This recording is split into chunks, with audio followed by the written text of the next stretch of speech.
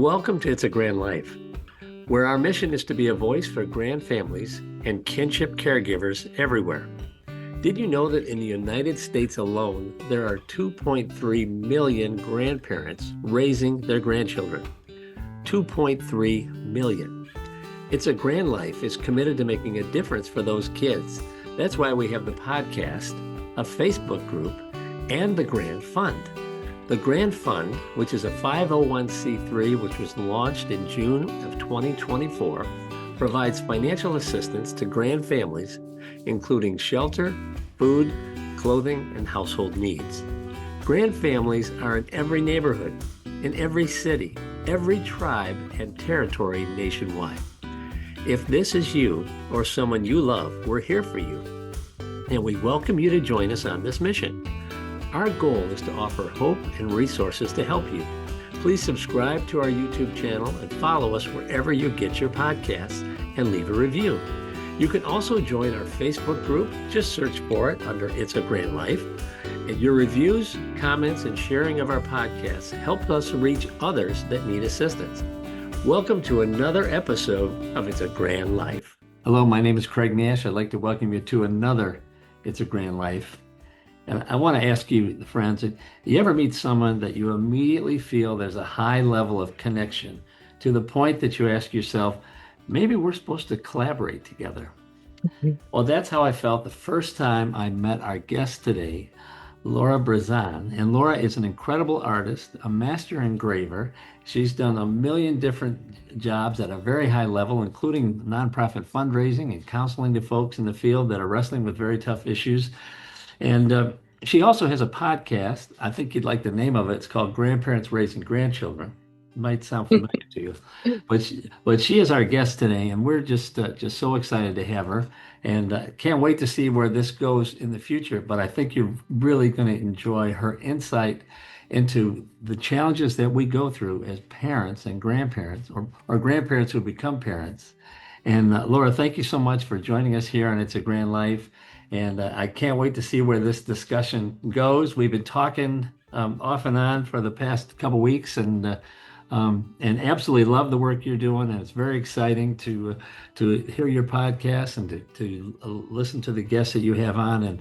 And if you're listening to this today, I want to encourage you to go to her podcast, Grandparents Raising Grandchildren, and you'll absolutely be blessed. So, Laura, welcome to It's a Grand Life.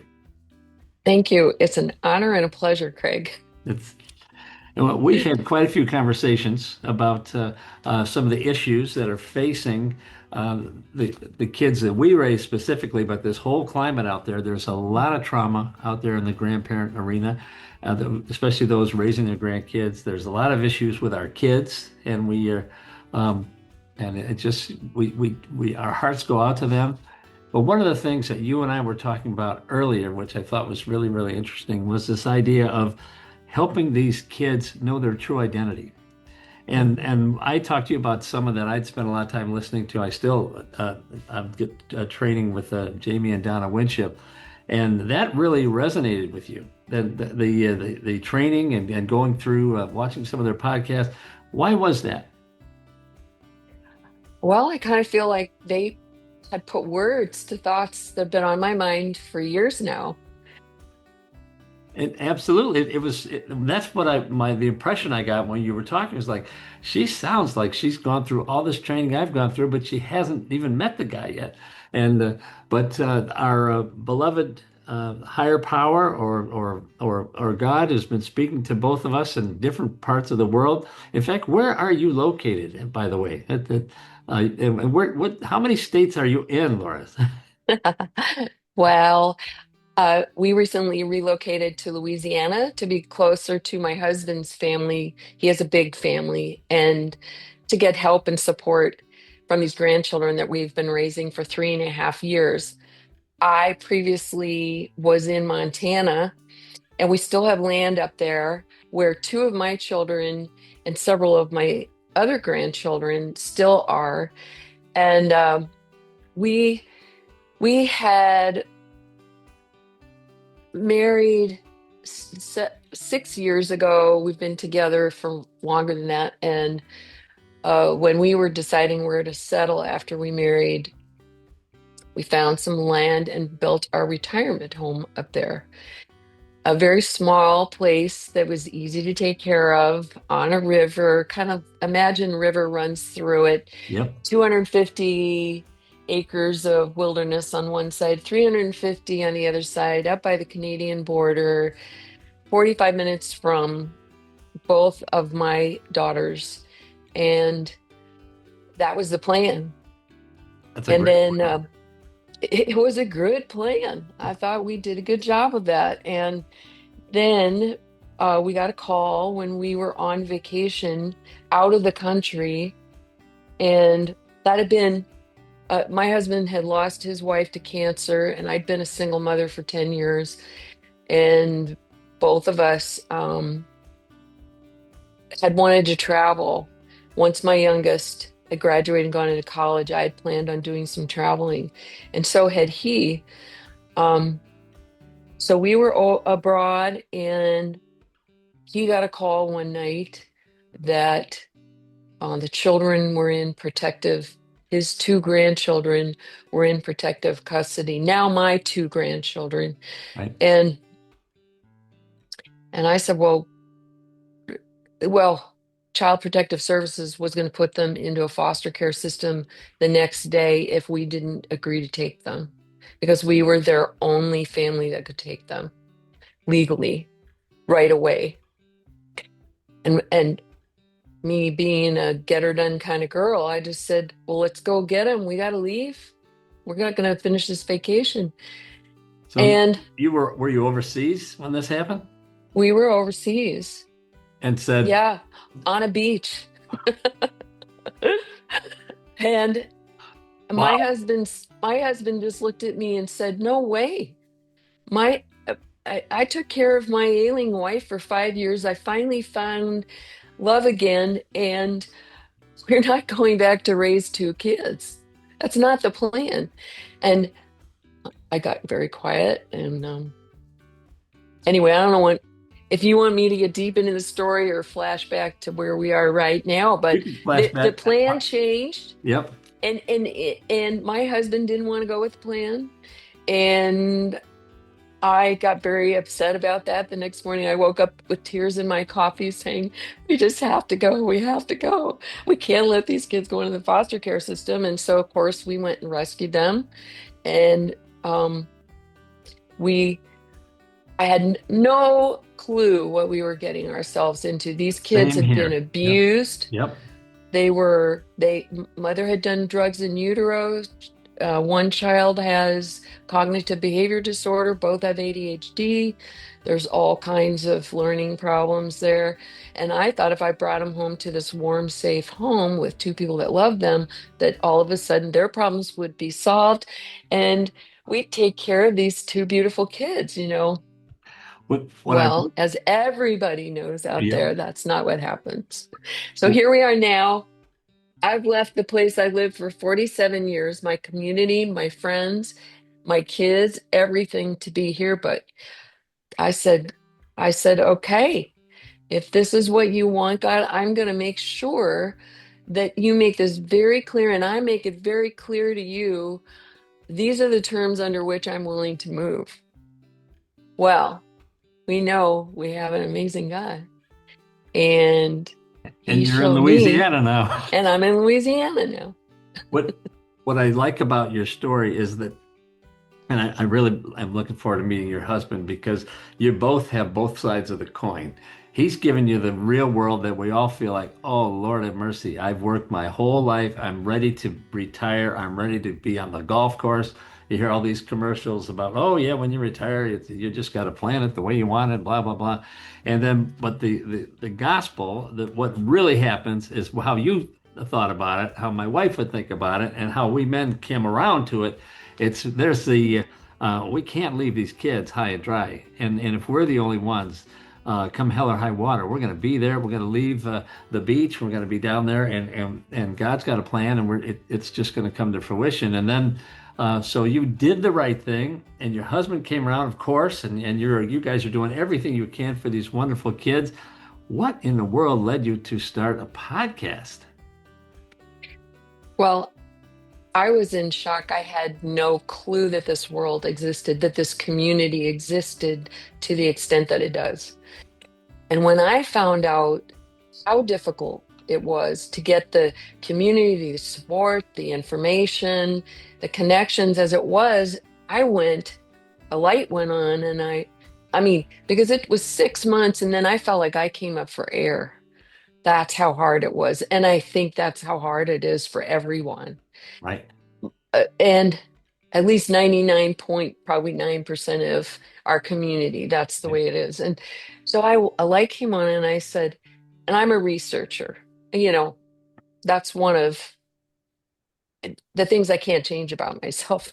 So I in this research I thought there's got to be other people that need to hear what I'm trying to find out. There have to be people that are struggling every single day with this. um, don't let my time be wasted just on me, or let me share it with others. And that's how the podcast got started. And that's very similar. And if anyone listening to this podcast for a while, I got to say, man, there's a lot of similarities to your story and Laura's story. My mantra was "Don't waste your pain." We got that from Rick Warren. You're saying kind of the same thing. Don't let me just waste this. Let me use my research talents and be a blessing to the 2.3 or 2.5 or 2.7 million of us grandparents who are raising their grandkids. And that's exactly what you're doing. And you're just looking for ways to get the right subject matter experts in front of your audience. And that's why it keeps growing. And it's just really, really exciting. But you're doing this all the while you are raising, is it a 6-year-old and a 9-year-old? A 6-year and a 9-year-old, yes, that are special needs kids. At 68, my husband and I are both 68 years old. And I'm 69, so we're right in the same neighborhood. So and you left your community of 47 years, moved to Louisiana. Now you have this wonderful family support, and Mhm. that's working much better, right? First date on our anniversary this last week we've ever had. Wow, First date without kids. that's amazing. Yeah, Oh, yeah, I kind of didn't know we didn't know what to do with ourselves, really. We went out for a nice dinner and and we got to talk with each other. It was sort of strange. yes, I know exactly what you're saying. And we're this week our granddaughter is off school. It's the last week before she heads back to school on Tuesday. So she's in the next office, on her technology, chatting with her friends, and it's The real life behind the scenes, which yes, is messy every day, every every single day. day. Yeah. And so what have you learned from chatting with the guests on your podcast and learning more about our community? Um, What are what are the things that jump out at you as far as what needs to happen to really get the right type of support for grandparents who are raising grandkids? Well, community, I think these podcasts are a great way of listening on your own time, hearing what you need to hear. Get letters all the time from people telling me, thank you, what you said today was just what I needed to hear. The reinforcement that all of this messiness, all of the noises in your head, all of the I'm not good enough, I can't do this, I'm never going to have a life again, that happens to everyone. And I feel like when you hear other people's stories, it encourages you that you're not alone and that somebody out there is struggling more than you are. And that has helped me as much as it helps others. Um, I, I, I've also learned how hard it is to do a podcast. And right around when I was wondering, you know, I need, there's got to be somebody out there that, a team that I can connect with. And then I met you and I went, wow, I have my team.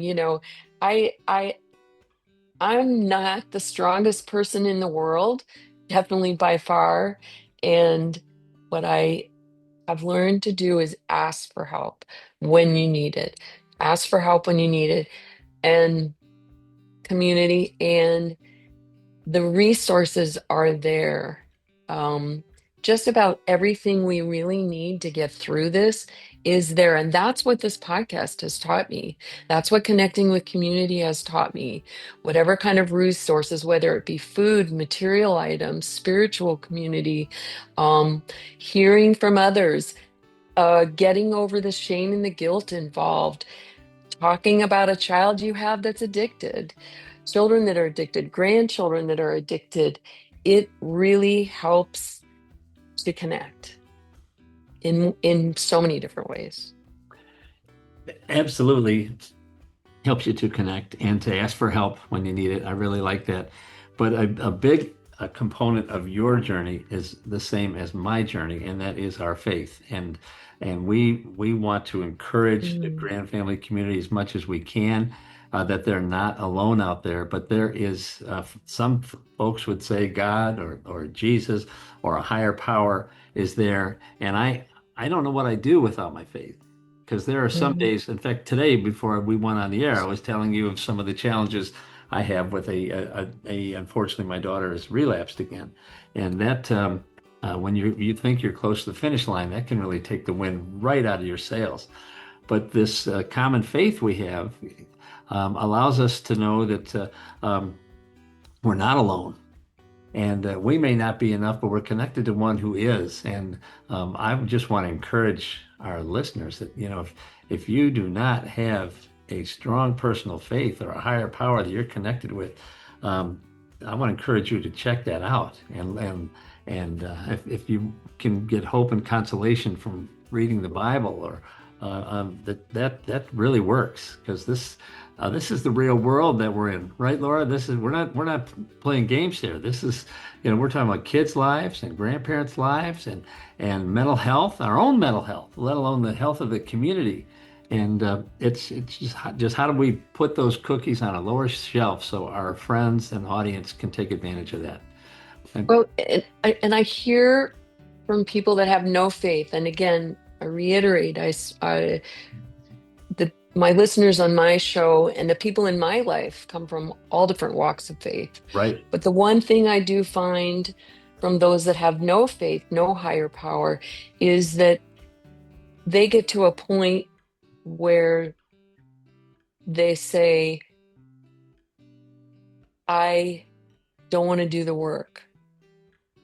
I want to quit. And quit on themselves as much as quit on their families, and kids that want to quit. And the only way that I'm able to do that is through faith in a higher power, because and I know there are so many walls.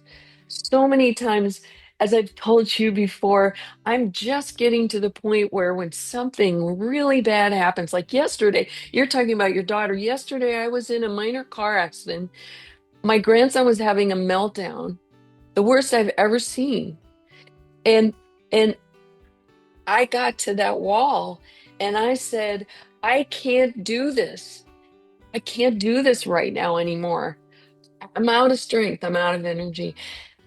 And that's when I got to walk through another wall. And I heard from my higher power to say, if you're struggling, think how he's struggling. And I could have a conversation with him where I could say, where is this anger coming from? Oh, Who is it? And he could name it. He could talk about it. It's like I went, why didn't I think of that? Well, that's because I can't think of that. And unless I had broken down and asked for help, I couldn't have had that help. And that's that's what I that's what I pray for people that have no faith in any higher power, is that you can't do the work. You can't do it alone. You will reach a wall you can't get through. And then what do you do? well, the first thing they need to do when they're in that situation is what you did, and that is tell the truth. And whether it's God, Jesus, higher power, I can't handle this. I can't do any more with this. And so I'm going to give it to you. And there's a process that you and I are learning about where you exchange that negative emotion, that every time we deal with a negative emotion, it's an Yeah. opportunity for transformation. And you went Yeah. through that.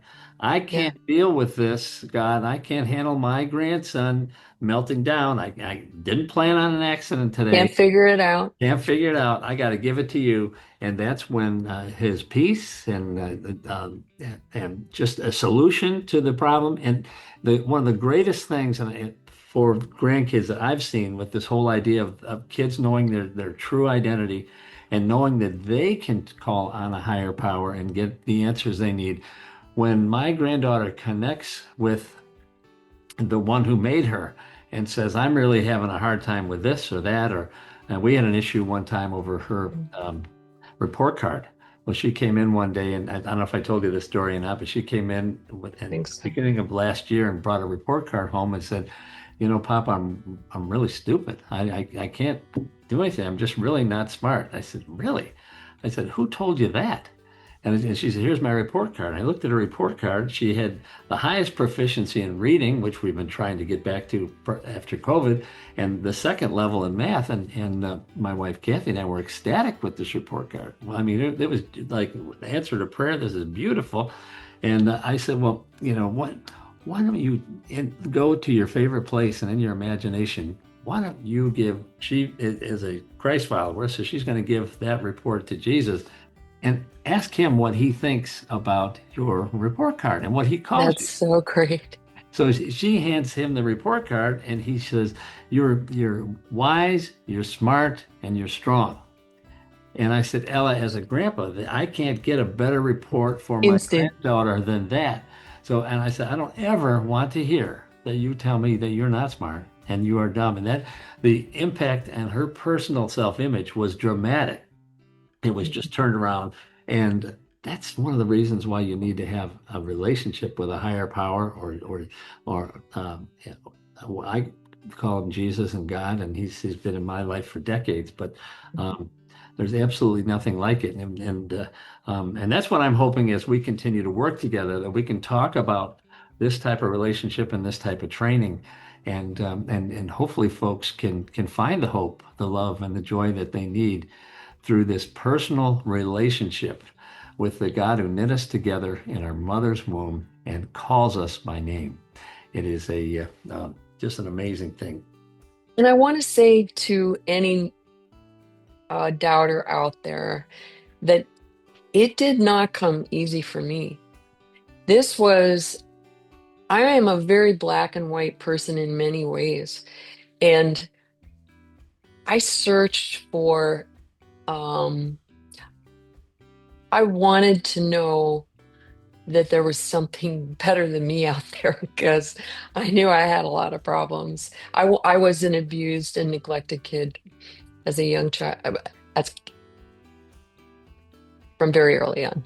And I was like, there's got to be something better than this. I can remember thinking that in my crib at 3 years old, going, they don't know what they're talking about. This No. does not make sense. One and one does not equal three. And I searched and sought and tried within my little mind to look for something better. And it wasn't until I was a young woman that I said, I'm really having a problem with this, and I want answers. And I don't care, Muhammad, Jesus, Buddha, whoever, somebody needs to answer this. And if you answer this, and I can hear from you because I want a living relationship. I don't want to walk this walk without an understanding because I believe that a true God is going to talk to me Mhm. all the time. I might need to learn how to do that better, but I don't know what that's going to be. And I literally dared God to answer that request that I had. And What's the it happened. invitation or It was no, it was within 24 hours that something that I could not within my power do. that was the most awful thing, one of the most awful things that was happening to me at the time, of course, in my life. And 180 degrees turned around and well, 360 degrees. Well, no, not 180. Terrible mathematician. 180 degrees turned around. And I went, well, I guess that's God talking to me. And I want to tell people that God is very real. The things that come between us and God really are ourselves and whatever beliefs we have and whatever belief systems we were taught. But this is this is not hard. This is something that you can have proven to yourself every day, very simply. And it's every day. It's a process every day. It's not like you get enlightened and all of a sudden your troubles go away. Takes at least a They've been week, all your teaching troubles to go away. At least a good week. at least a week or a day or 24 hours till the next one. But that's what I think is a misconception. That's what we're not seeing, unfortunately, in a lot of Christians and a lot of faith believers is living faith day to day. You're 100% right. Just I've studied at three seminaries, spent a lot of time in the original Greek and really learning the Bible. And it wasn't until I was on this journey regarding hearing from God that when I read the Bible, and I've read it many times, that I realized that God was talking to his people. And he was talking explicitly, specifically to his people.